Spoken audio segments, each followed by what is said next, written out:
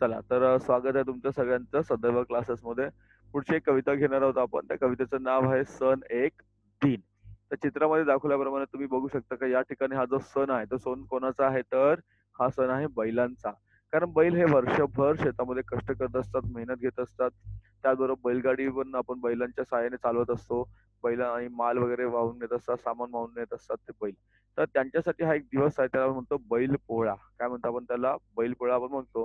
तुम्ही बघत असाल की या ठिकाणी हे जे 2 बैल आहेत, हे खूप सुंदर असे सजवलेले आहेत. खूप सुंदर असे त्यांना रंगवलेलं आहे. तर त्यांची जी शिंग असतात, शिंगे रंगविली. काय केलेलं आहे? शिंगे रंगवलेली आहेत. बघा दिसतं तुम्हाला? ही शिंग दिसतं तुम्हाला? ही शिंग तुम्हाला काय आहे? तर बैलांची शिंग रंगवलेली आहेत. दिसतंय का बाळांनो? बघा. बैलांची शिंग रंगवलेली आहेत आणि त्याला बाशिंगे बांधलेले आहेत. त्यांना काय बांधलेले आहेत? बाशिंगे. हे बघा. समोर हे दिसतं तुम्हाला? याला म्हणतात बाशिंग. हे बाशिंग यांना बांधलेलं आहे. कोणाला? बैलांना. आणि चढविल्या झुली ऐनेदा. त्यांच्या अंगावर तुम्ही झूल पाहताय बघा, ही झूल आहे. ही झूल कशी आहे? तर या असं प्रत्येक बैलाच्या अंगावर अशी झूल चढवली जाते. ती कशी आहे? ऐनेदार आहे, सुंदर आहे. राजा ही नाव आहे सर्वांची. राजा, परधान्या, रतन, दिवाण, वजीर, पठाण, तुस्त, मस्त हे सगळे काय त्यांची नाव आहेत, बैलांची नाव आहेत. बैलांना लाडाने, प्रेमाने आपण वेगवेगळ्या नावाने ओळखतो. वेगवेगळ्या नावाने त्यांना ओळखलं जातं किंवा आवाज देतात. वाजंत्री वाजती. वाजंत्री मंडळीत बघा इथे हा माणूस वाजवतोय बघा दिसतो तुम्हाला? हा तुतारी वाजवत आहेत. कोणी तिथे अनेक अनेक लोकं असतात जे ते वाजवत असतात त्या ठिकाणी. लेझीम सुद्धा मुलं खेळत असतात. काय खेळतात मुलं? लेझीम खेळत असतात.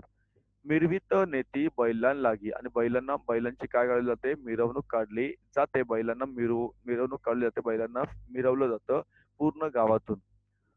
दुलदुलतात कुणाची वशिंडे, दुलदुलतात कुणाची वशिंडे, काही बांडखोंडे अवखळ. कुणाच्या शिंगांना बांधिले गोंडे, हिरवे तांबडे शोभिवंत. आणि त्या शिंगांना गोंडे बांधले बघा. दिसतं तुम्हाला? हिरवे आहेत, हे तांबडे आहेत. दिसतं तुम्हाला? अशा छान असं त्यांना काय केलं आहे तर गोंडे बांधलेले आहेत. काय बांधलेले आहेत? गोंडे बांधलेले आहेत. पुढे बघा. वाजती गळ्यात वाजती गळ्यात घुंगरांच्या माळा. गळ्यात काय आहे तर घुंगरांच्या माळा आहेत.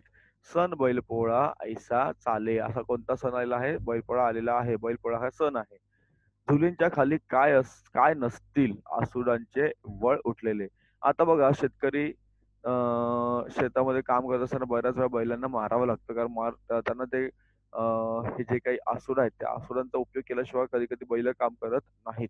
त्या धुळींच्या खाली ते लपलेले असतील. काय असतील ते लपलेले असतील आणि फुटतील उद्याही कडाड ऐसेच आसूड पाठीवर. तो एकच दिवस असा असतो बैलपोळ्याचा दिवस, ज्या दिवशी बैलांना कुठलंही काम नसतं. नाहीतर बाकीचे सर्व दिवस त्या बैलांना काम असतं. त्यांना काम करत असतं. तर उद्या सुद्धा ते फुटतील. फुटतील म्हणजे काय? उद्या सुद्धा त्यांच्या पाठीवर असे असूड फुटणारच आहेत. जरी मिरविती परी धन्या हाती, व्यसनी असती घट्ट पहा. जरी झटकली जराशी मान नसे, तरीही व्यसन खेचतील. हे बघा, ही व्यसन असते ही त्या बैलांच्या इथे अशी बांधलेली असते बघा या ठिकाणी. सण एक दिन, बाकी वर्षभर ओझे मरमर ओढायाचे. एकच दिवस सण असतो, बाकी दिवसांना वर्ष मरायचेच असं बरोबर वर्षभर मेहनत करायचीच असते. या एकाच दिवशी त्यांना आराम दिला जातो. त्यांना पुरणपोळी सुद्धा खाऊ घातली जाते. काही-काही शब्दांचे अर्थ आहे बघा आपल्याकडे इथे. जसं बाशिंग. बाशिंग म्हणजे काय तर बैलाच्या कपाळावर बांधण्याचे कागदाचे किंवा बेगडाचे आभूषण. काही ठिकाणी लग्नामध्ये नवरा-नवरीच्या कपाळाला सुद्धा बाशिंग बांधतात. ऐनेदार म्हणजे काय? लहान-लहान आरसे लावून केलेली शोभिवंत सजावट. ऐन म्हणजे काय? आरसा. दुलदुलणे म्हणजे हलणे. वशिंड म्हणजे काय? तर वशिंड म्हणजे काय असतं? बैलांच्या पाठीवरील उंच भाग. वशिंडाला काय म्हणतात? बैलांच्या पाठीवरचा जो उंच भाग त्याला वशिंड म्हणतात. खोंड म्हणजे तरुण बैल, गोरा. अवखळ म्हणजे चपळ. आसूड म्हणजे चाबूक. धनी म्हणजे मालक. व्यसन म्हणजे काय? तर बैलाच्या नाकातून घातलेली दोरी असते ती. तुम्ही बघितलं असेल बैलांच्या नाकातून दोरी घालतात, त्यामुळे त्या बैल ताब्यात ठेवणं शेतकऱ्याला बरं पडतं. काही प्रश्न आहेत बघा आपल्याकडे जसं बैलांच्या कपाळावर काय बांधले आहे? काय बांधलंय सार्थक सांग बरं? काय बांधलेलं आहे बैलांच्या कपाळावर? काय बांधलेलं आहे तर बाशिंग बांधलेलं आहे. काय बांधलेलं आहे तर बाशिंगे. काय बांधलेलं आहे? बाशिंगे. अवखळ कोण आहे? तर अवखळ खोंड आहे. अवखळ कोण आहे? तर अवखळ खोंड आहे. अवखळ कोण आहे? अवखळ खोंड आहे. बैलांच्या गळ्यात काय आहे? बैलांच्या गळ्यात घुंगरांच्या माळा आहेत. काय घुंगरांच्या माळा. माला. झुलीखाली काय असतात? झुलीखाली काय असेल तर चाबकाचे किंवा आसुडाचे वळ असतील. वर्ष बैल काय करतात? राब राबतात. खूप मेहनत घेत असतात ते बैल. ठीक आहे. काही प्रश्न तर मोठे प्रश्न तुम्ही पण लिहू शकता स्वतःहून प्रयत्न करून. त्याचबरोबर पुढे बघा. प्रश्न क्रमांक 4 बघा. रंगवलेली काय असतं सांगा? रंगवलेली काय रंगवतो आपण? शिंगे. रंगवलेली शिंगे. शोभिवंत वशिंडे. दुलदुलणारी गोंडे आणि अवखळ खोंडे. अवखळ काय असतात? खोंडे असतात. बरोबर की नाही?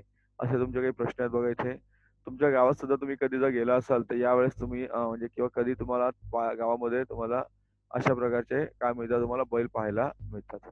आता आपल्या देशाबद्दल थोडीशी माहिती आपल्याला दिलेली आहे. ती माहिती आपल्याला वाचायची आहे, बघायची आहे. सोपी माहिती आहे. तर आपला देश कसा आहे? कृषीप्रधान आहे, शेतीप्रधान आहे.